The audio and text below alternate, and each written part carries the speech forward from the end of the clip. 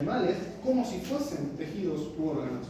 A un chico vos le pones un churrasco con un par de verduras para comer y no piensa que es el músculo de una vaca. Piensa que es comida, pero lo tiene completamente separado de lo que es biológicamente el tejido que está comiendo, ¿sí?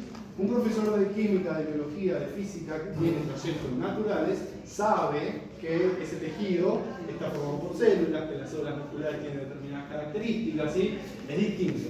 Y ustedes, en primer año del secundario, van a poder dar una materia que se llama Ciencias Naturales, en la cual hay una unidad de transporte de sustancias. Y es por eso que donde está enmarcada esta práctica. Si tienen la suerte de tener un curso de Ciencias Naturales, que es de las mejores materias que pueden enseñar, porque es muy linda la verdad, cuando lleguen a la parte de sistemas de nutrición y la parte de transporte de sustancias, yo les recomendaría que hagan esta práctica.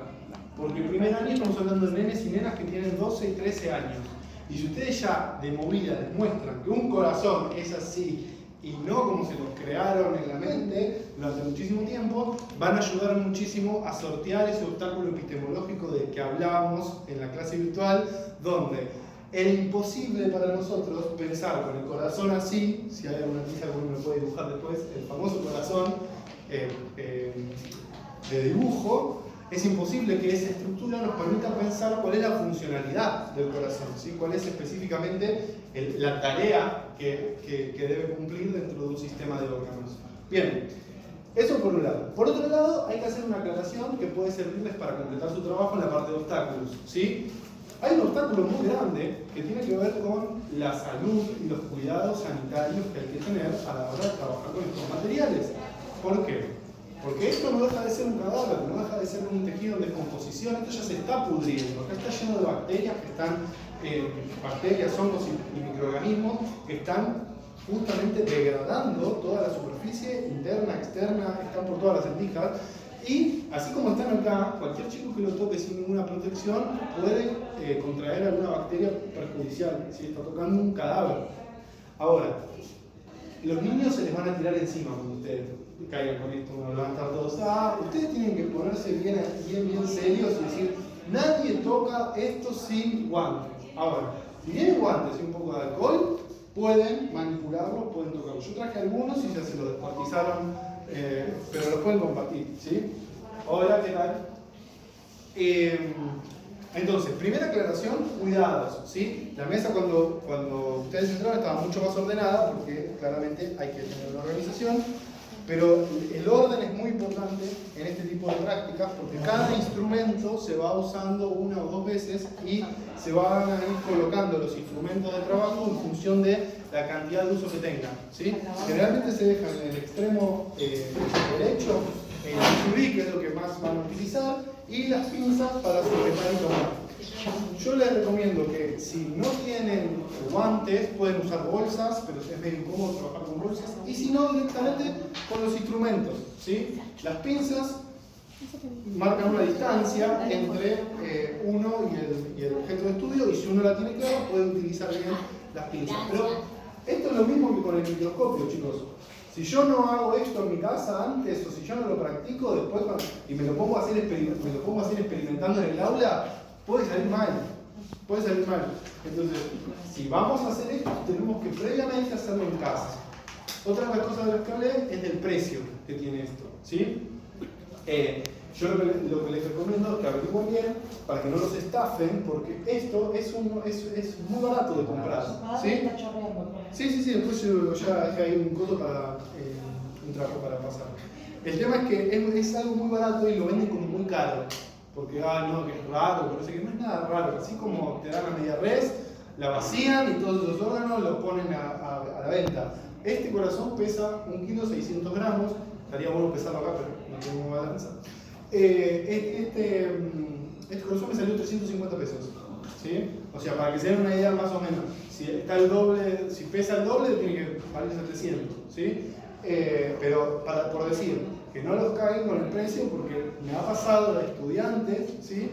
que me han comprado corazón así, incluso más chicos, y los han cobrado 1.500, 2.000 pesos, ¿sí? Y bueno, la verdad que no, por yo no decirle, che, mirá, o por confiar, ¿vieron?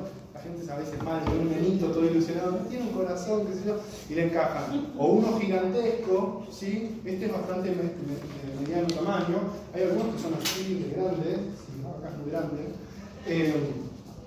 Y claro, obviamente que esto es por gramo, mientras más peso tenga, más va a valer, ¿sí? Bien.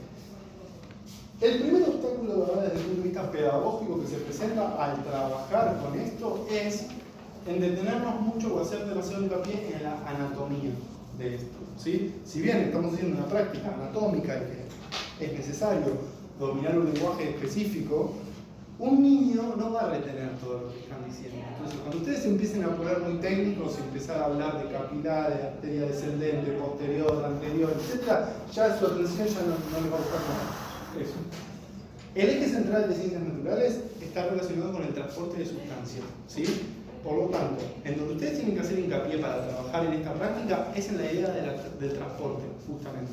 Y para pensar en la idea del transporte, tengo una super ventaja, que es este corazón, que sí es real, tiene conductos de entrada y de salida.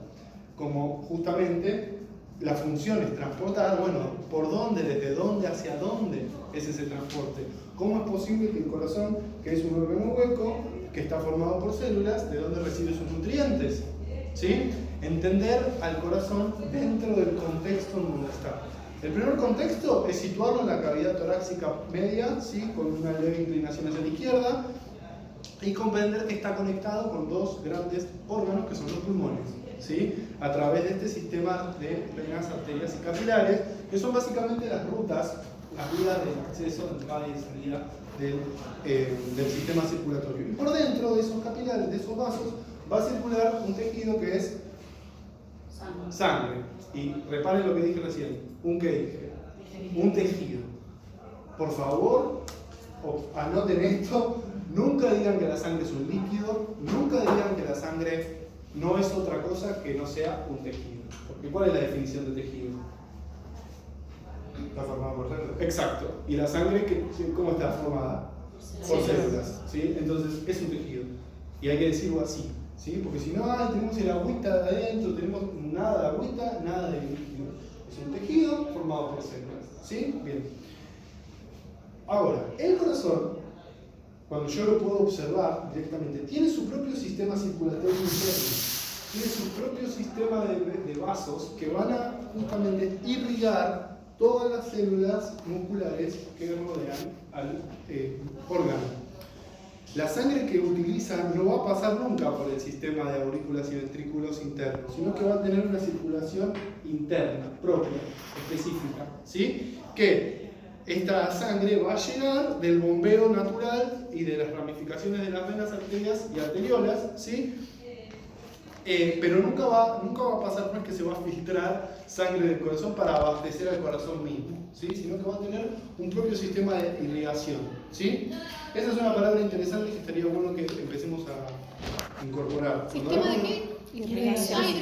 Claro, cuando hablamos de corazón y de circulación, hablamos de irrigar, ¿sí? Cuando hablamos de vasos, cuando hablamos de tejido nervioso, hablamos de inervar, ¿sí? Porque la red de nervios que controlan todo el cuerpo también se dispone de esta manera como la del sistema circulatorio, nada más que el tejido nervioso es blanco, porque tiene muchísima grasa, ¿sí? Las neuronas se ven blancas, acá no las vamos a ver, pero sí se ven blancas. Bien, listo. Primera fase entonces, entender la disposición. Yo a simple vista lo veo y puedo decir que es un órgano irregular, ¿sí? Que tiene una parte, una saliencia, un bulto de un lado y es liso del otro lado, ¿sí?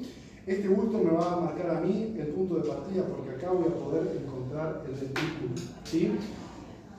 Antes de hacer cualquier corte y de empezar a ver cómo está formado por dentro, me voy a detener en este sistema de arterias, ¿sí? Porque eso van a ser justamente nuestros puntos de corte, van a ser las líneas que nos van a ayudar a nosotros a conducir la explicación. Este órgano se va a dividir en dos partes, como vimos en la clase teórica, una parte horizontal y una parte vertical, ¿sí? La línea que separa la parte horizontal está formada por una arteria coronaria, que es la arteria coronaria o el surco auriculoventricular, que no lo estoy encontrando, acá puede ser que no esté, o puede ser que esté abajo de la grasa. Acá, no lo veo. Esto de acá no es nada, es lo que se conoce como una orejuela. Ahora se lo voy a decir, para que decir, una orejuela. Tiene como unas orejitas. ¿Lo ven acá el surco? Esto de acá. Hay un hundimiento ahí. No quiero cortar la orejuela. Después la voy a cortar ahí. Ahí se ve. ¿Lo ven ahí? Sí. ¿Lo ven acá? ¿Sí? Yo te dejo un rato para que lo toques. Todo ese surco que recorre. ¿Lo ves ahí? Sí.